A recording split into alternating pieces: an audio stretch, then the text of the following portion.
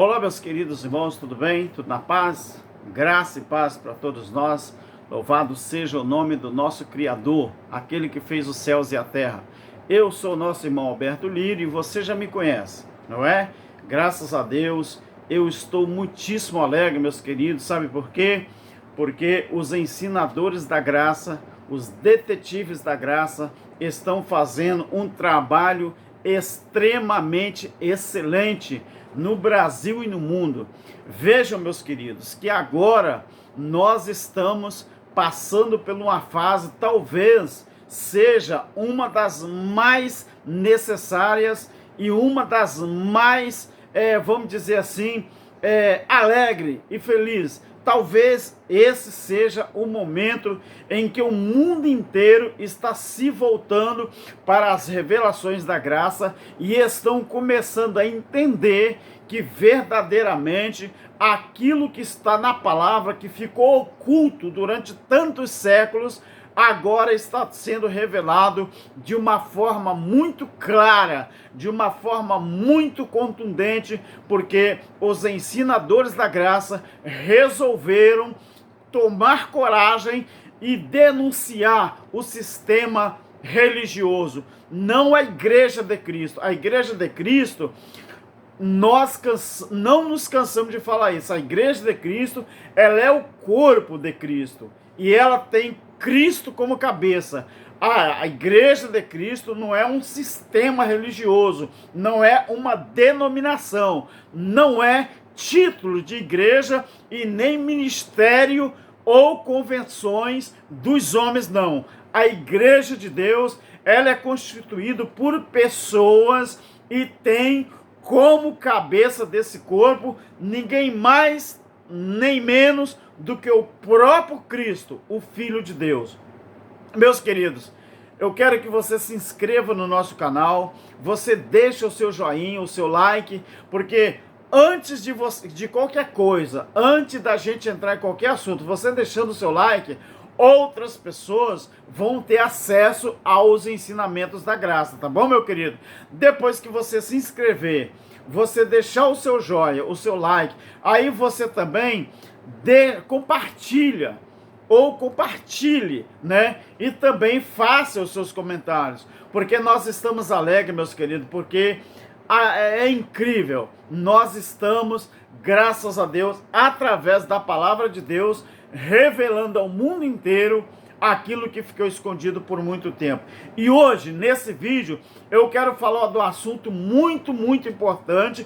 Esse assunto é atual, que o sistema religioso tem se apoderado desse assunto. Para quê? Para continuar enganando as pessoas através da manipulação. E nós vamos já para o assunto. Veja bem, embora a habilidade de falar persuasivamente, vamos dizer assim, sempre tenha sido importante, observe o que eu vou falar, tá bom? Para você aprender. O estudo formal da retórica talvez remonte ao século V a.C. Você já ouviu falar em retórica? Já, não já? Pois é, mas você sabia que essa retórica que o sistema religioso usa, ela já existe há muito tempo, desde o século V a.C.? Você vai entender o que eu vou falar aqui. Ninguém ensina isso. Ninguém toca nesse assunto. Mas eu vou repetir para você.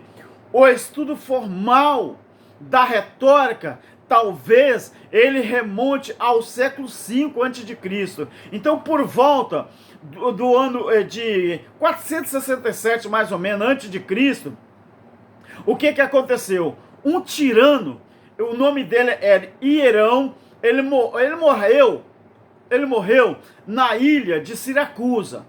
Quando esse cara morre, inicia então um debate, e esse debate era acerca da posse da terra entre os habitantes dessa ilha. Essa ilha é chamada Siracusa. Então o que aconteceu?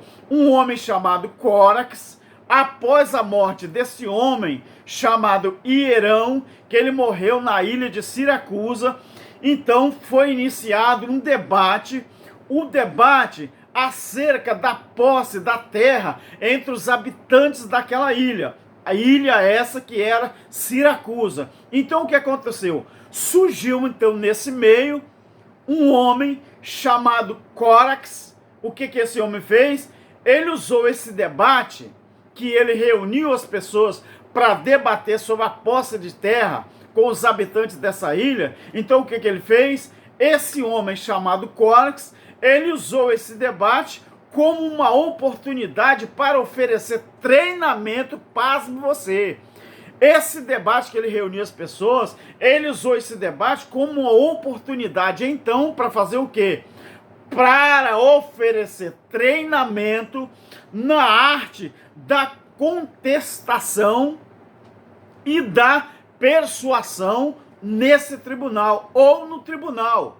Que tribunal? Aquela reunião, aquele debate que foi feito. Esse homem usou, então, essa oportunidade para oferecer um treinamento na arte da contestação e da persuasão nesse tribunal. Então, veja bem, foi aí que vários habitantes da cidade contrataram Córax para fazer o quê? Como tutor particular deles. E o que era um tutor, Alberto?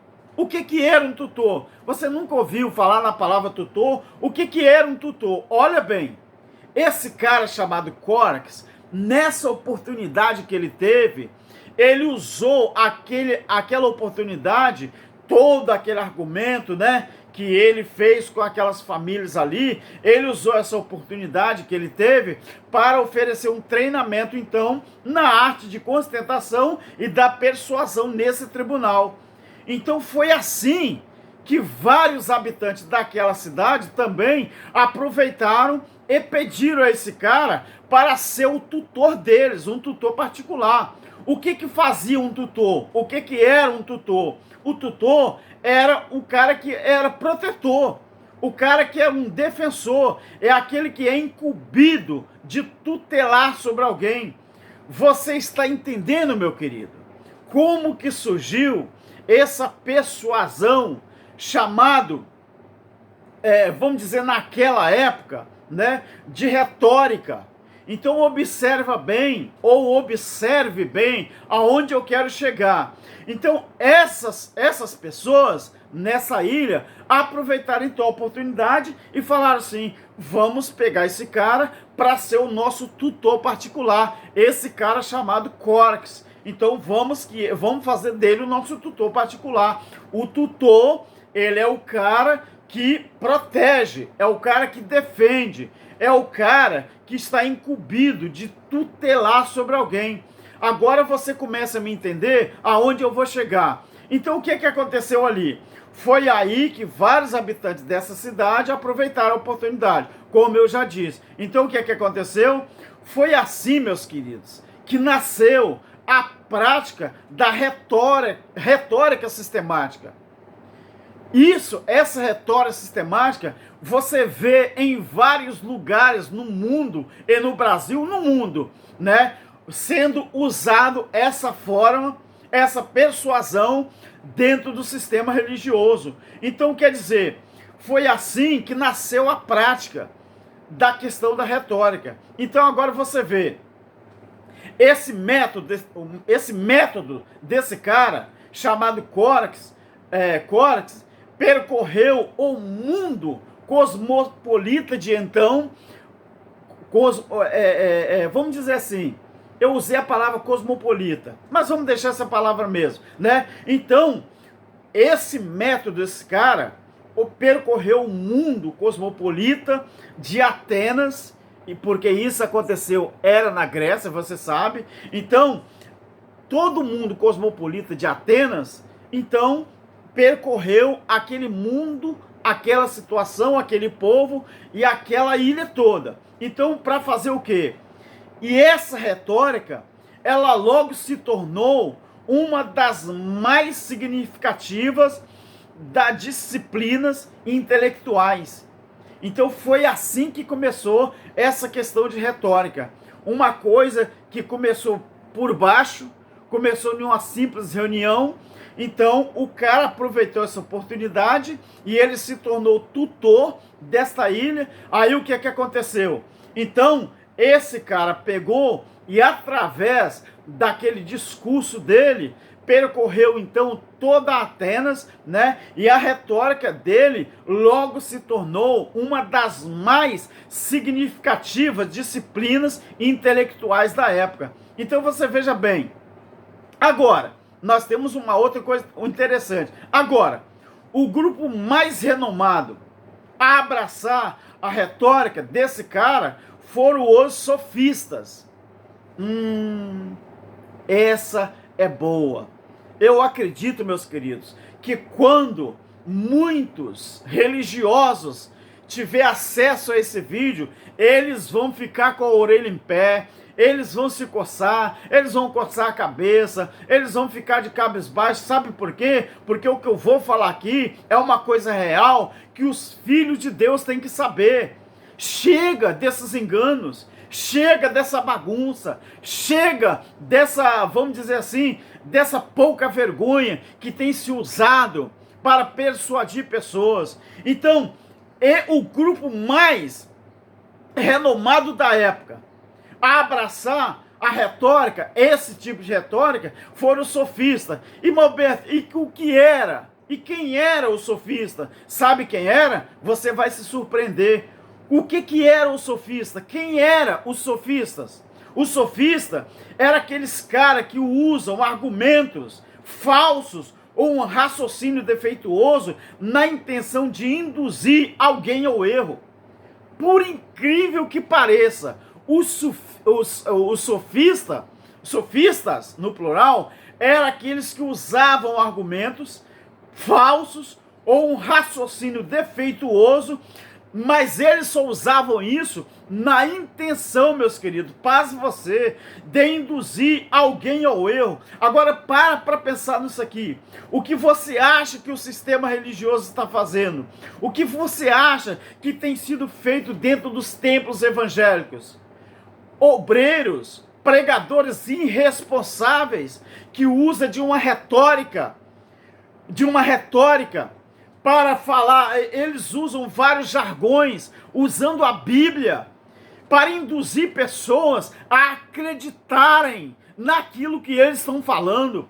Eles lêem um versículo na Bíblia, eles não entendem nada de linguagem de figura, ou figura de linguagem, eles não entendem nada das revelações da graça, mas eles se valem dessa retórica falsa, esses sofistas, não é sufista, é sofistas, eles usam esses argumentos falsos para pegar as pessoas incautas, para pregar mentira, para induzir as pessoas ao erro.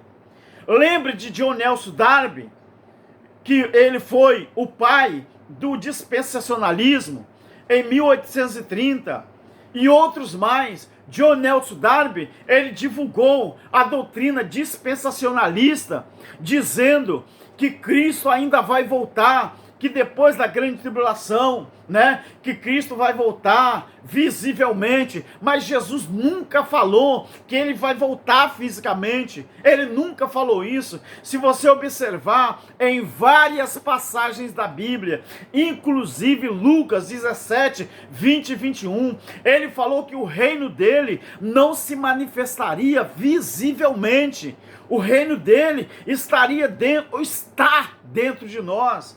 Então, meus queridos, os sofistas são esses caras que eles usavam argumentos falsos, usavam um raciocínio defeituoso, mas a intenção era só de enganar as pessoas, induzir as pessoas ao erro. Agora, o mais agravante ainda está por vir. Preste bem atenção no que eu vou te falar. Essa associação, presta bem atenção, essa associação desse cara, então o que aconteceu? Essa associação, vamos dizer, de filosofia, acredita que a opinião útil, preste atenção nisso aqui, essa associação de filósofos acredita que a opinião útil era bem mais significativa do que o conhecimento ou a verdade. Olha que filosofia fila da mãe. Olha que retórica triste. Essa associação desses caras, quando reuniram, eles que falaram isso, que a filosofia, eles acreditavam que a opinião útil de alguém era bem mais significativa do que o conhecimento ou a verdade. Dá um exemplo, Alberto. Um exemplo de uma opinião ou uma filosofia ou uma opinião útil. Quando os ensinadores pregam a verdade extraída da Bíblia, as pessoas já estão tão acostumadas a ouvir uma retórica falsa, uma opinião falsa. Mas se ela vem de um cara que tem respeito, de um pregador de renome, se ela vem da boca de um pastor, que ele tem milhares e milhares de igrejas, que se ele é presidente de uma alta convenção, ou se ele é presidente de um ministério que tem 1.000 igrejas, 5.000 igrejas, mesmo que essa opinião seja falsa, mas as pessoas têm ela como útil. Então os filósofos da época, eles falaram que a opinião útil era bem mais significativa do que o conhecimento ou a verdade. Agora preste bem atenção nisso aqui, meus queridos. Por que será que o sistema religioso tem enganado muita gente até hoje? Adivinha por que será? É porque eles têm usado dessa artimanha, dessa retórica falsa, têm colocado na cabeça das pessoas. A retórica falsa ensina ao cara a se comportar, ele usa jargão, mesmo que seja mentiroso, mesmo que seja falso, mas ele usa o jargão. Tem pregadores que falam e tem pregadores que salta e grita, e a igreja, ei! E a igreja pula, a igreja roda, o povo roda. E esses pastores, eles estão colocando no texto bíblico aquilo que não está no texto bíblico. É a chamada exegese. Então, meus queridos, acorde, povo. Acorde para isso. Então, veja bem, meus queridos. Esses caras, esses filósofos, eles estabeleceram o quê? Eles estabeleceram um sistema na arte da linguagem e da persuasão. Isso te lembra alguma coisa? Eles que estabeleceram. Não é brincadeira não, meus queridos. E vocês acham que muitos pregadores no Brasil e no mundo, eles não sabem disso aqui que eu estou falando? Eles sabem do que eu estou falando. Agora, o mais triste você ainda vai ouvir. Então, eles estabeleceram um sistema educacional que ensinava ao jovem do sexo masculino a arte da linguagem. Esses caras inventaram isso na época e ensinaram, fizeram a escola e ensinaram para os jovens do sexo masculino. Eles ensinavam essa arte da linguagem. Qual a linguagem, Alberto? A linguagem de persuadir pessoas, a linguagem de enganar pessoas, a linguagem de treinar pessoas. Meu querido, a coisa não é fácil não. Então esses caras, eles usavam um argumento falso ou um raciocínio falso para enganar, para induzir pessoas ao erro. E é o que nós temos visto no mundo inteiro, principalmente no Brasil. Você entra dentro de um templo evangélico, quando você fica sabendo que o pregador é do Rio, de São Paulo, é de Santa Catarina, é do Espírito Santo, ou não sei da onde, e as pessoas falam, mas a quem? Aí eles falam, é fulano de tal. Meu Deus, fulano de tal aqui na nossa cidade. Meu Deus, fulano de tal é conhecido no Brasil e no mundo, mas o povo não quer nem saber que tipo de retórica o cara está usando. Há alguns anos atrás, porque eu não sou consumidor de DVD de pregação de ninguém, de CD de pregação de ninguém, vamos dizer, qualquer tipo de tecnologia. Eu não sou consumidor. Você sabe o que eu sou consumidor? Da Bíblia Sagrada. Eu sou um estudioso assíduo. Eu vou repetir uma frase do pastor Geraldo Moraes, do canal Igreja em Espírito e em Verdade, o meu amigo e irmão em Cristo, assim como os outros pregadores da graça. O pastor Geraldo fala assim, uma coisa interessante que ele fala, dentro desse contexto que eu estou falando, quando o cara, ele fala que está no reteté, quando alguém fala, fulano é pregador conhecido no Brasil e no mundo, as pessoas não querem saber que tipo de retórica que ele vai usar. Você sabe por quê? Porque a fama dele é demais. E o que, irmão Alberto, que o pastor Geraldo, ele sempre fala uma coisa interessante, meus queridos. Inclusive, o pastor Geraldo chama muita atenção para isso. Ele chama muito a atenção para isso. Os caras, eles têm jargões. O pastor Geraldo fala isso. Eles têm jargões. Mesmo que a coisa não está no texto escrito, mas eles inventam, eles imaginam, e as pessoas começam a pular do reteté como se aquilo ali fosse uma verdade. Mas não é verdade, é mentira. Então o pastor Geraldo fala que isso acontece no Brasil e no mundo. E as pessoas caem no engano e ficam enganados por causa disso. Nos vídeos que os pregadores da graça faz e vocês visualizam, nós falamos sobre isso também. Agora, esses filósofos, eles estabeleceram esse ensino, um sistema de ensino para fazer isso. Então veja bem, meus queridos, será que isso te lembra alguma coisa? Claro que sim. Fala a verdade. Claro que sim. Então, o panorama político de Atenas, ou ateniense que nós falamos, então, aquele panorama político ateniense, ele se caracterizava, na época, por mudanças e também por muita efervescência. Agora, oferecia aos sofistas, ofereceu aos sofistas o quê? A oportunidade de se tornarem bastante prósperos em suas empreitadas. Oh, meu Deus do céu! Meu Deus do céu! Esse sistema, meus queridos, que produziu essa retórica, esse tipo de retórica na época, no ano 467 a.C., esse sistema, além deles treinar os jovens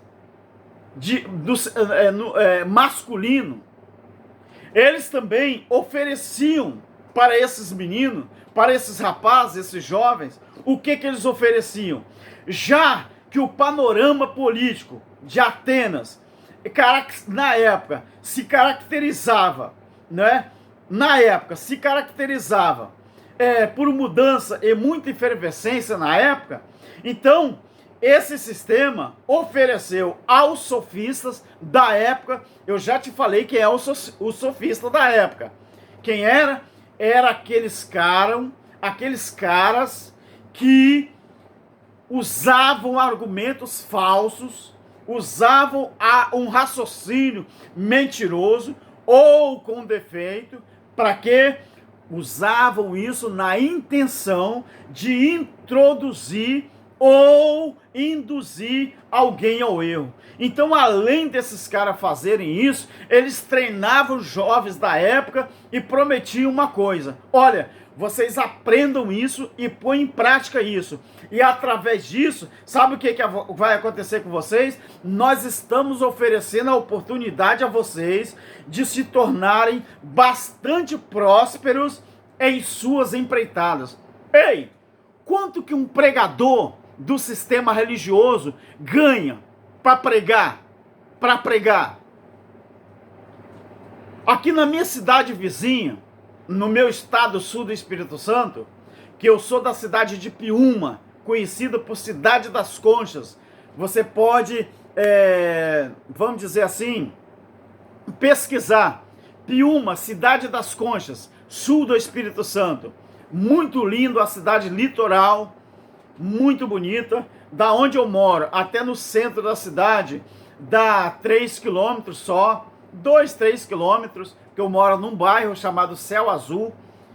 E alguns dias atrás, um certo pregador de renome do Brasil, ele foi chamado para pregar numa igreja aqui na minha cidade não, a cidade vizinha.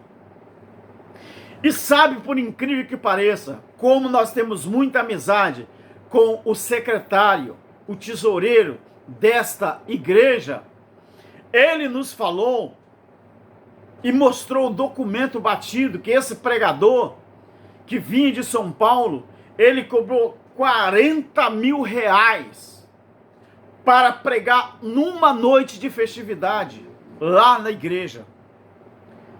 E o tesoureiro da igreja, a diretoria falou assim: irmão, o irmão não dá para baixar o preço não, porque a nossa igreja, nós estamos mexendo na nossa igreja, a igreja está em obra. Igreja que eles falam é a estrutura física, né? Coitado, até eles ensinam os outros errado. E esse pregador falou assim: irmão, o meu preço é esse. Se o irmão, a igreja não pode pagar, o irmão não tem problema, porque eu estou com minha agenda lotada. Ele cobrou 40 mil reais para pregar numa noite. Mas esse cara, ele já foi um dos maiores pregadores do Brasil. Até hoje eu não sei o que ele pregou. Porque hoje, no entendimento da graça que nós temos, todas as mensagens que eu já ouvi, não porque eu comprei, porque alguém da família passou para me ouvir, ou ouvi na casa de um amigo, ou no trabalho, às vezes a gente ouve. E todas as mensagens que eu já ouvi, todas elas, sabe o que era? Por incrível que pareça, uma coisa chamada de retórica, mas uma retórica que foi aprendida na Grécia. Não é a retórica genuína da palavra de Deus. Agora, veja bem, meus queridos, o que nós temos visto no sistema religioso é pastores, líderes, pregadores, supostos pregadores do sistema religioso, ficando ricos, milionários, usando essa retórica que os mesmos sofistas pregam para o povo no século 21. Este povo estão enganados e vão continuar sendo enganados. Por quê? Porque a verdadeira palavra, a verdadeira revelação é poucas pessoas que querem. O verdadeiro entendimento não é todo mundo que quer. Então veja aí, meu irmão, eu te pergunto uma coisa: de onde saiu esse sofista do século 21? Sabe de onde esses caras saíram? Saíram dessa mesma escola, lá na Grécia. Essa suposta escola que treinou pessoas para ficar bem de vida, para ficar rico. Hoje nós estamos vendo o resultado de uma retórica infâmia que esses lobos devoradores, esses cães gulosos aprenderam estudando história e aplicaram ao século 21. Hoje tem homens, cães gulosos, que começaram pregando lá embaixo. E eles foram inventando tanta história, eles foram enganando as pessoas, eles foram usando dessa artimanha para convencer as pessoas de que o que eles estavam falando era verdade, mas na verdade é tudo mentira, meus queridos.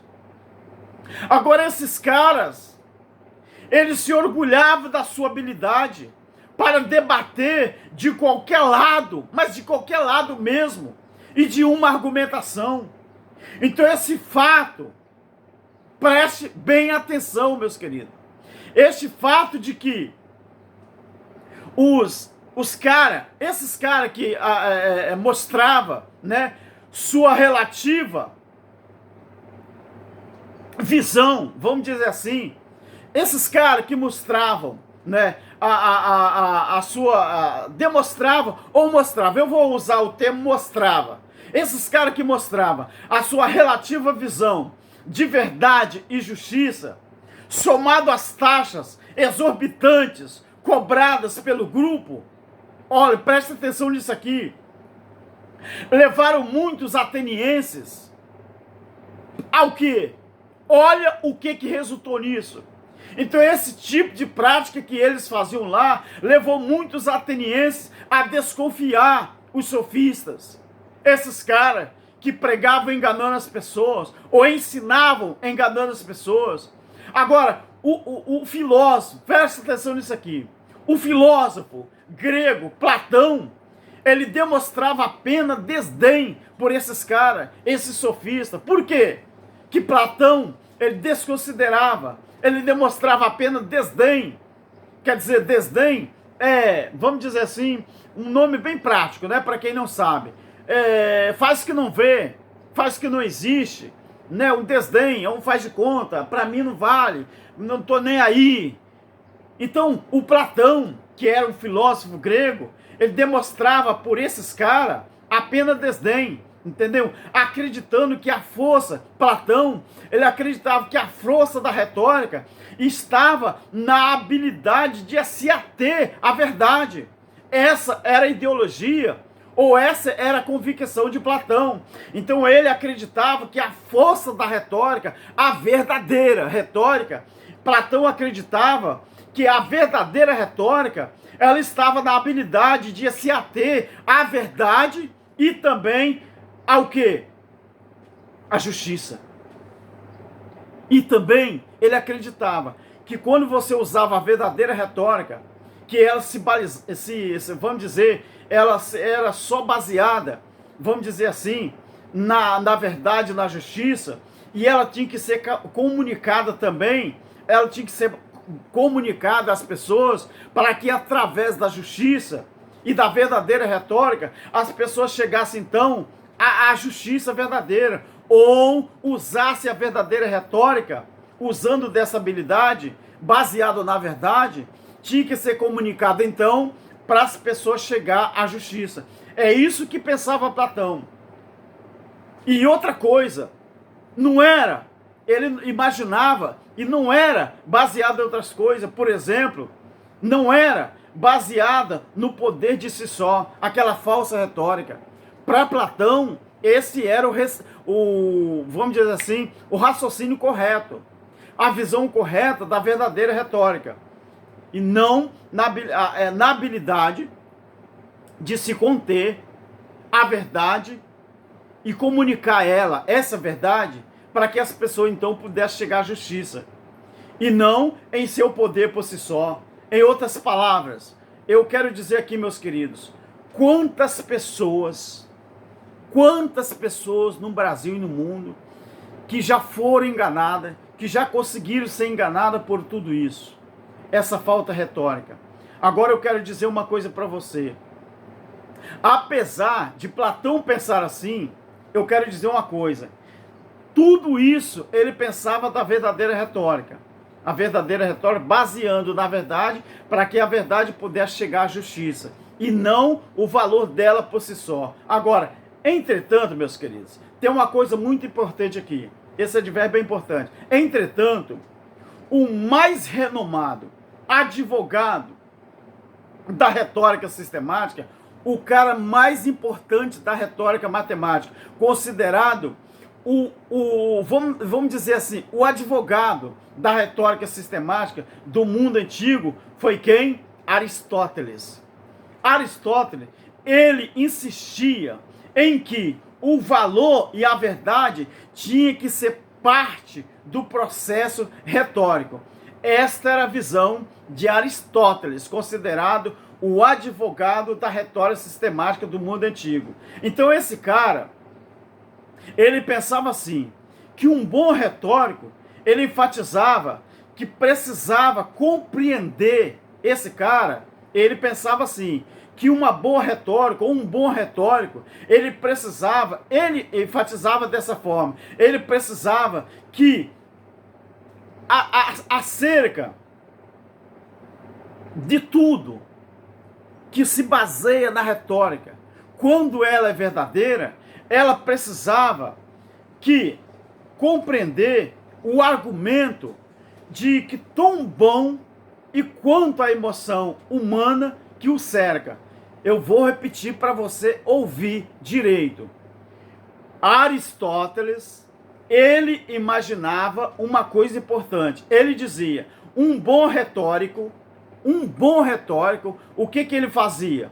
Ele enfatizava, precisava compreender o argumento tão bem quanto a emoção humana que o cerca, manter um caráter digno, mas tinha que ser digno, compreender o tipo relevante de expressão da oratória e ser dotado de uma boa habilidade de persuasão natural e não baseada no engano ou no ouvir dizer, como muita gente faz até hoje.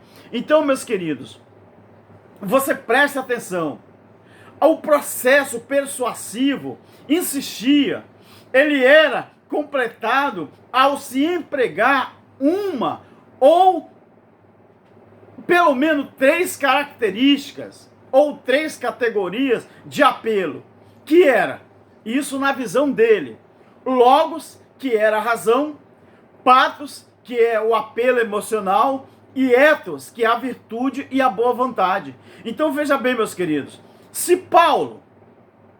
o apóstolo Paulo, ele estava, vamos dizer assim, eu vou usar o texto para você entender. Se o apóstolo Paulo estava difundindo o evangelho por meio da palavra falada ou a escrita, então é mais do que justo, ou é óbvio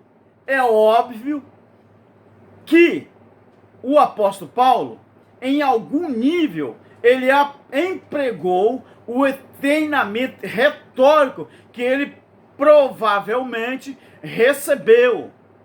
Você observa aqui, em 2 Coríntios, capítulo 5, e o verso 11, olha o que diz aqui. 1 Coríntios, segundo, não é 1 Coríntios mesmo. Não, primeiro é o 2 Coríntios, capítulo 5, e o versículo 11. 2 Coríntios, capítulo 5, verso 11. Vamos ver o que Paulo diz aqui, é só um versículo. Assim que, conhecendo o temor do Senhor, tentamos, persuadir os homens. O que somos é manifesto a Deus, e espero que nas vossas consciências seja também manifesto. Então, se Paulo, meus queridos, ele estava difundindo o evangelho por meio da palavra falada ou da palavra escrita, então o que era óbvio? Era óbvio que o apóstolo Paulo, em algum nível, ele empregou o treinamento retórico que provavelmente ele recebeu. Agora, no entanto, Paulo tinha o cuidado de evitar os jogos de palavras, que a gente chama de quê? Os jargões. O que mais os pregadores do sistema religioso faz é usar jogo de palavra. É usar os jogos de palavras, que nós chamamos de jargões. Você já viu como que o pregador do sistema religioso prega? Ele faz gestos, ele faz jargões, do jeito que o pastor Geraldo fala. O pastor Geraldo usa essa palavra. Muitos pregadores, eles usam jargões para convencer as pessoas de que aquilo que aquele pregador está falando é a verdade. E as pessoas vão ao clímax, com a altura que o cara prega, e dependendo dos jargões que ele usa. E os caras falam, Jesus está aqui, que Jesus está falando com você agora, meu querido. Essa palavra é para você. Olha o que Deus está falando para você. E aonde fica Hebreus capítulo 1? Havendo Deus antigamente falado aos pais pelos profetas. Antigamente que Deus falava pelos profetas. Jesus falou que a lei e os profetas durou até João. O ministério profético acabou. O ministério dos anjos acabou. O ministério dos homens, que era na lei, acabou. A Bíblia diz que hoje nós vivemos o ministério do Espírito. Mas os homens, eles aprenderam a usar uma retórica humana, eu ia falar diabólica, mas posso falar uma retórica feita pelos nossos inimigos, que aí é mais fácil compreender, e não coloca a figura de um diabo físico, coloca a figura de um diabo ou de um satanás como inimigos nossos na carne, não é? Então eles usam esses jargões para que as pessoas se convençam de que o que eles estão falando ou fazendo é a verdade, mas eles estudaram a retórica humana. Eles são os sofistas do século 21. Agora você vai começar a entender de onde que surgiu isso e o que os homens estão fazendo, o que eles estão fazendo, de onde que eles tiraram isso.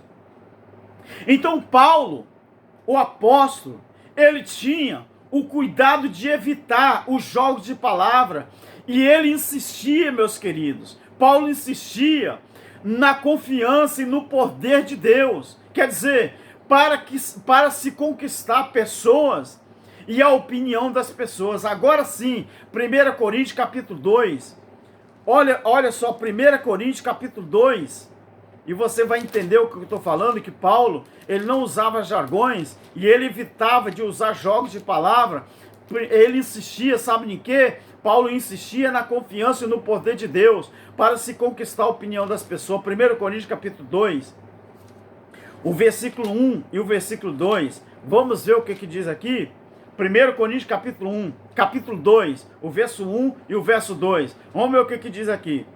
Eu, irmãos, quando eu fui ter com vocês, porque é convosco, mas eu posso usar vocês, porque eu estou no futuro, né? E Paulo está no passado.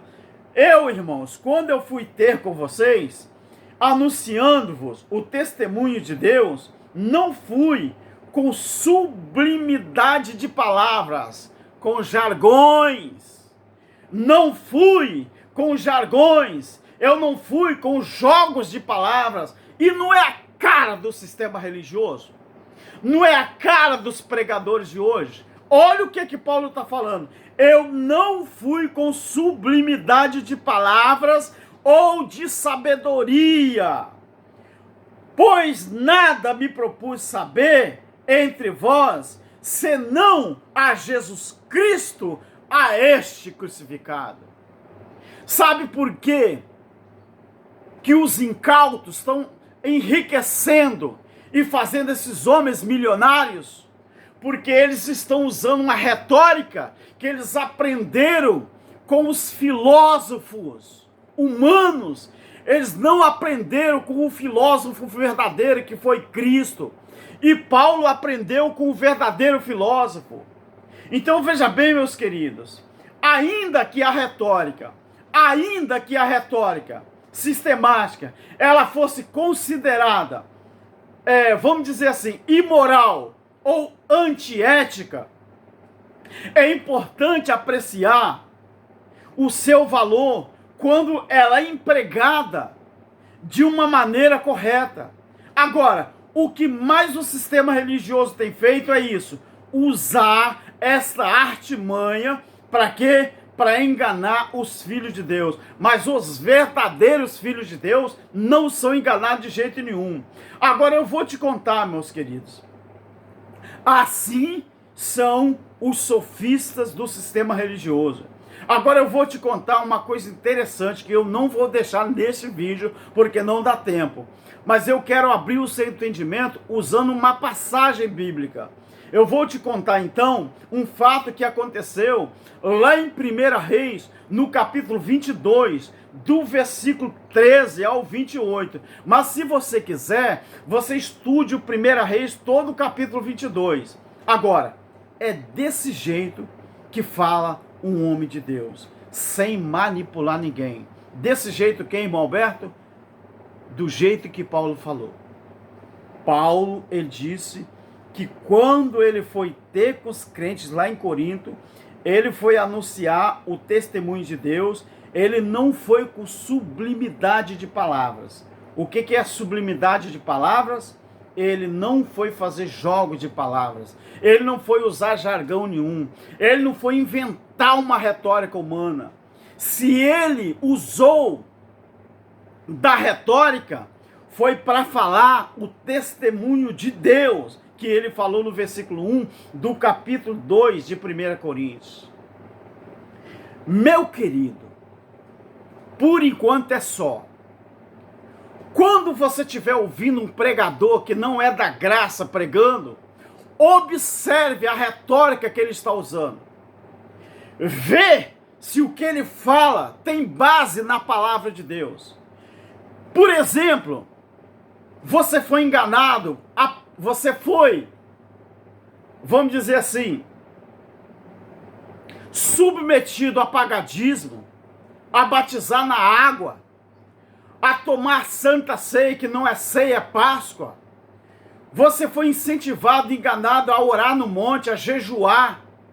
E isso tudo é coisa da lei. Agora, o que a retórica humana faz é isso. A retórica humana não te revela a graça de Deus, do jeito que Paulo falou com os corintianos, ou os que habitavam na cidade de Corinto. Agora, os ensinadores da graça estão se manifestando no mundo inteiro para usar e para ensinar as revelações da graça de Deus.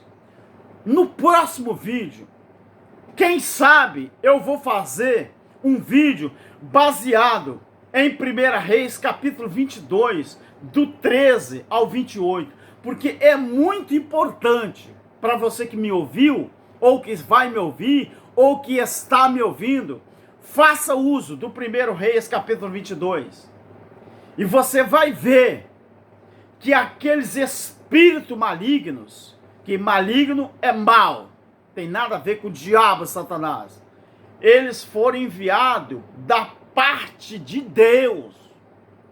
Os próprios espíritos se apresentaram perante Deus e falaram assim: nós vamos lá e vamos enganar Acabe. Deus falou assim: o que vocês vão fazer então? Eles falaram: nós vamos ser um espírito de mentira na boca dos profetas dele. Aí Deus falou assim: então vai, porque eu tenho certeza que com esse argumento eu vou conseguir o meu intento. Meu querido, acorda. Você está sendo enganado. Você foi enganado. Acorda. Saia do sistema religioso, porque eles pregam uma retórica humana que aprenderam há muitos anos atrás, muito antes de Cristo se manifestar. Esta retórica já existia. Olha o capítulo 15 de Atos. Está uma retórica humana que levou a um prejuízo muito grande. Fique com Deus. Fique na paz. Se inscreva no nosso canal, tá bom, meu querido? Deixe o seu joinha, compartilhe e também faça um comentário, tá bom? Eu agradeço a Deus. Até o próximo vídeo. Graça e paz. Amém.